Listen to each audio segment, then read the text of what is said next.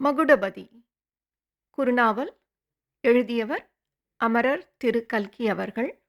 Tamil audio books சேனலுக்காக வாசிப்பவர் சாந்தி சோமநாதன். 8ஆம் அத்தியாயம். அந்தகாரம். இருட்டறைக்குள் இருந்த மகுடபதிக்கு ஹாலில் நடந்த பேச்சுவார்த்தையெல்லாம் நன்றாய் காதில் விழுந்தன. குரலிலிருந்து யார் யார் பேசுகிறார்கள் என்பதையும் ஊகித்துக் கொண்டான்.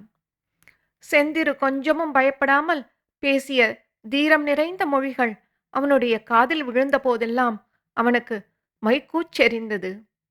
அந்த சமயம் செந்திரு சாதாரண பெண்ணாகவே அவனுக்கு தோன்றவில்லை. காவியங்களிலும் இதிகாசங்களிலும் வர்ணிக்கப்படும் வீர நாரிமணியாகவே தோன்றினாள். இவளுக்காக ஓர் உயிரை அல்ல, 100 உயிர் ஒருவனுக்கு இருந்தால் அவ்வளவையும் கொடுக்கலாம் என்று நினைத்தான். ஓடைக்கரை காட்சியும் அங்கே அவளுக்கு தான் கொடுத்த வாக்குறுதியும் ஞாபகம் வந்தன. அந்த வாக்குறுதியை இத்தனை நாளும் நிறைவேற்றாமல் இருந்ததை எண்ணி அப்போது வெட்கத்தினால் அவனுடைய உள்ளம் குன்றியது. அதற்கெல்லாம் இப்போது பரிகாரம் செய்துவிட வேண்டுமென்றும் இந்த இரக்கமற்ற அரக்கர்களிடமிருந்து அவளை எப்படியாவது காப்பாற்ற வேண்டுமென்றும் உறுதி கொண்டான். இப்பேற்பட்ட ஆபத்தான சமயத்தில் தன்னை அந்த வீட்டில் கொண்டு வந்து சேர்த்த தெய்வச் செயலை எண்ணி அதிசயித்தான். இப்படியெல்லாம் பலவித எண்ணங்கள் அவனுடைய உள்ளத்தை குழப்பினவே தவிர செந்திருவை எப்படி இவர்கள் கையிலிருந்து தப்புவிப்பது என்பதற்கு மட்டும் ஒரு யோசனையும் புலப்படவில்லை.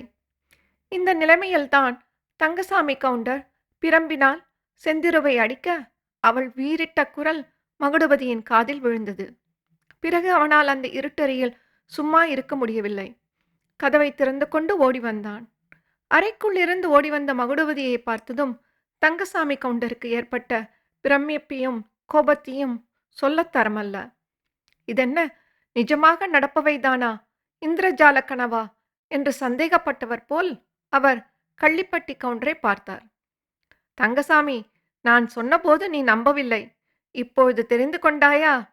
சிநேகித பெண்ணை பார்க்க வந்தது என்பதெல்லாம் போய் என்று தெரிகிறதா என்றார் கார்கோட கவுண்டர். தங்கசாமி கவுண்டரின் கண்களில் தீப்பொறி பறந்தது. பாவி, என்ன காரியம் செய்தாய்? குலத்தை கெடுக்கவா நீ வந்தாய் என்று சொல்லி அவர் மறுபடியும் செந்திருவை நோக்கி பிரம்பை ஓங்கினார். அப்பொழுது சில நிமிஷ நேரம் அந்த ஹாலில் பெரும் குழப்பம் உண்டாயிற்று. மகுடபதி ஓடி வந்து தங்கசாமி கவுண்டருடைய கைப்பிரம்பை பிடிக்க முயன்றான். பெரியண்ணன் குறுக்கே வந்து மகுடபதியை பிடித்து இழுத்தான். பாட்டா, நீ சும்மா இரு. ஒரு பேடி ஒரு சிறு பெண்ணை பிரம்பால் அடிக்கும்போது நீ பார்த்து கொண்டு நிற்கிறாய். என்னையும் சும்மா இருக்க சொல்கிறாயா என்று மகுடபதி சொல்லிக்கொண்டே பெரியண்ணனிடமிருந்து திமிர முயன்றான். பெரியண்ணன் அவனை இன்னும் கெட்டியாக பிடித்து கொண்டான். 2 பேரும் கட்டிக்கொண்டு கீழே விழுந்தார்கள். பெரியண்ணனுடைய தலை அரிக்கன் லாந்தர் மீது படாரென்று மோதிற்று. அரிக்கன் லாந்தர் கவிழ்ந்து அவிழ்ந்தது. ஒரு நிமிஷம் அந்த ஹாலில் இருள் சூழ்ந்தது. செந்திரு ஐயோ ஐயோ என்று அலறினாள். பளிச்சென்று டார்ச் லைட்டின் வெளிச்சம் அடித்தது. கார்கோட கவுண்டரின் கையிலிருந்ததுதான் டார்ச் லைட் பிரகாசித்தது. வெளிச்சம் பெரியண்ணன் மகுடபதியின் மேல் விழுந்தது. பெரியண்ணன் பிரங்கையேற்று கிடந்தான். மகுடபதி திகைப்புடன் சுற்றுமுற்றும் பார்த்தான். கார்கோட கவுண்டரின் கர்ண கொடூரமான குரல், தங்கசாமி, அந்த பையனை சோவாக்காலோடு சேர்த்து கட்டு என்று சொல்லியது அவன் காதில் விழுந்தது. பெரியண்ணன் கீழே பிரங்கையேற்று கிடப்பதை பார்த்து செந்திரு அலறிக்கொண்டு அவன் அருகில் வந்து முகத்தை உற்று நோக்கினாள். திகைத்து போய் உட்கார்ந்திருந்த மகுடபதியை கார்கோட கவுண்டரும் தங்கசாமி கவுண்டரும் பிடித்து கரகரவென்று இழுத்து கொண்டு வந்து சோபாவின் காலோடு சேர்த்து கட்டினார்கள். மகுடபதி அவர்களிடமிருந்து தன்னை விடுவித்துக் கொள்வதற்கு செய்த முயற்சி ஒன்றும் பலிக்கவில்லை. செந்திரு பெரிய அண்ணனுடைய மூக்கினருகில் விரலை வைத்து பார்த்த பின் மூச்சு வருவது தெரிந்ததும் கொஞ்சம் தைரியம் உண்டாயிற்று. முகத்தில் தெளிக்க தண்ணீர் இருக்கிறதா என்று திரும்பி பார்த்தாள். மகுடபதி சோபாவின் காலில் கட்டுப்பட்டு இருப்பதையும் அவன் பக்கத்தில் 2 கவுண்டர்களும் நிற்பதையும் கண்டாள். கார்கோட கவுண்டரின் கையிலிருந்த டார்ச் லைட் கட்டுப்பட்டிருந்த மகுடபதியின் மேல் பிரகாசித்துக் கொண்டிருந்தது. மகுடபதியின் அழகிய முகம் அப்போது மிகவும் பயங்கர தோற்றமடைந்திருந்தது. அளவில் அடங்காத கோபத்தினாலும் ஆத்திரத்தினாலும் அவன் முகத்தின் நரம்புகள் எல்லாம் புடைத்திருந்தன. நெடிய பெருமூச்சு வந்து கொண்டிருந்தது. கண்கள் தணலைப் போல சிவந்திருந்தன. பேடிகளா, என்னை ஏன் கட்டி போடுகிறீர்கள்? ஆண் பிள்ளைகளாயிருந்தால் கட்டை அவிழ்த்து விடுங்கள். இப்படிப்பட்ட அக்கிரமங்களை ஏன் செய்கிறீர்கள்? ஆஹா, இந்த பாரத தேசத்தில் மகாத்மா காந்தியைப் போன்ற உத்தமரும் பிறந்தார். உங்களைப் போன்ற பாதகர்களும் பிறந்திருக்கிறார்களே என்றான் மகுடபதி. அடே, நிறுத்துடா உன் அதிக பிரசங்கத்தை என்று சீறினார் கார்க்கோட கவுண்டர். மேலும் ஏளனம் செய்யும் குரலில் அவர் கூறினார், மகாத்மா காந்தியினுடைய அந்தரங்க சிஷ்யன் அல்லவா நீ? அதனால்தான் மைனர் பெண்ணை திருட்டுத்தனமாய் அழைத்து கொண்டு ஓட பார்த்தாயாக்கும். ஆஹா, நல்ல காந்தி சிஷ்யன். அப்பா தங்கசாமி, எங்கே பிரம்பை எடு. இன்றைக்கு இவன் சிநேகிதர்கள் கடைத்தெருவில் சத்தியாகிரகம் செய்து அடி வாங்கினார்கள். இவன் மட்டும் அவர்களுக்கு குறைந்து போகலாமா? அப்புறம் காந்தி மகாத்மா இவனை பற்றி குறைவாக எண்ணிக்கொள்ள மாட்டாரா?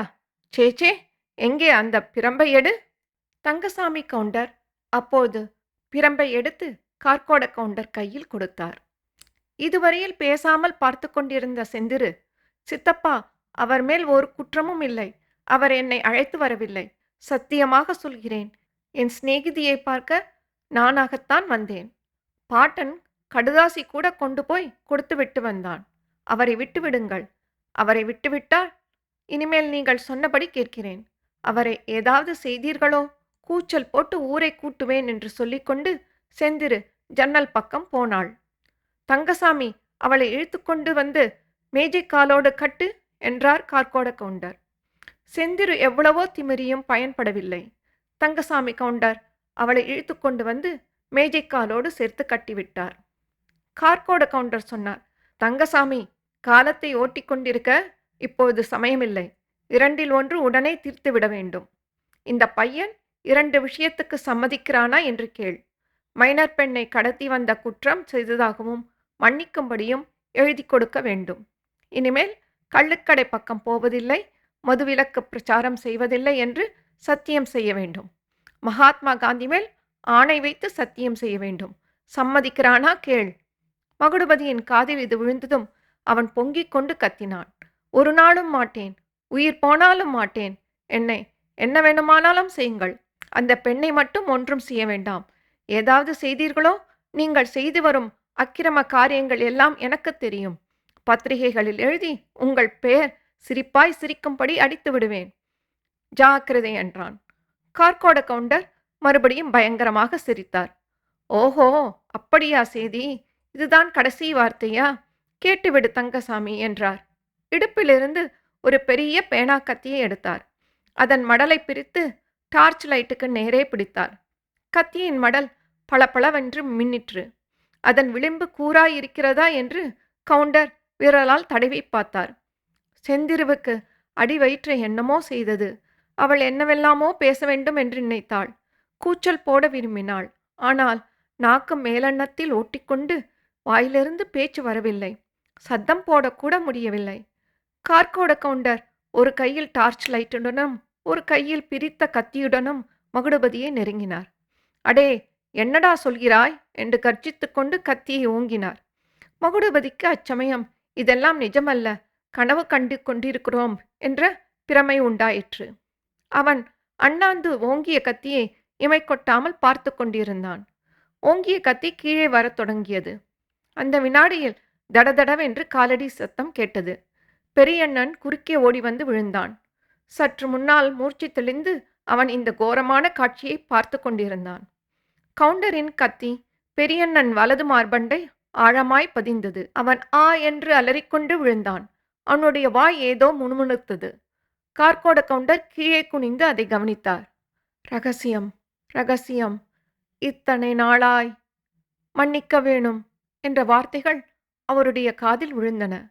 உடனே பெரியண்ணனுடைய தலை சாய்ந்தது. பேச்சு நின்றது. கார்க்கோட கவுண்டர் டார்ச் லைட்டை 4 புறமும் சுழற்றினார்.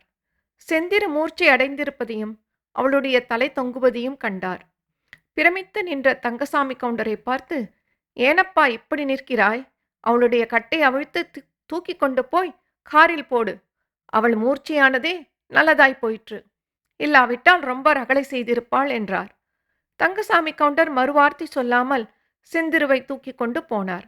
அவர்கள் போனதும் கார்கோட கவுண்டர் மறுபடியும் டார்ச் லைட்டை கட்டுண்ட மகுடபதியின் மேலும் குத்தப்பட்டு தரையில் கிடந்த பெரியண்ணன் உடல் மீதும் செலுத்தினார். பயங்கரமாக ஒரு சிரிப்பு சிரித்தார். அடே, ஜெயிலுக்கு போகவும் தூக்குமேடை ஏறவும் தயார் என்று 1000 கூட்டங்களில் பேசி வந்தாயல்லவா? இப்போது ஜெயிலுக்கு போகலாம், அங்கிருந்து தூக்கு மேடைக்கும் போகலாம் என்று அவர் சொன்னது கனவில் கேட்பது போல் மகுடபதியின் காதில் விழுந்தது. அடுத்த நிமிஷம் கார்கோட கவுண்டர் டார்ச் லைட்டுடன் மச்சுப்படி இறங்க சென்றார். ஹாலில் அந்தகாரம் சூழ்ந்தது. இத்துடன் இந்த அத்தியாயம் நிறைவு பெற்றது. மீண்டும் அடுத்த அத்தியாயத்தில் சந்திப்போம். தங்கள் கருத்துக்களை tamilaudiobooks@gmail.com என்ற இணையதள முகவரிக்கு தெரியப்படுத்தவும். நன்றி.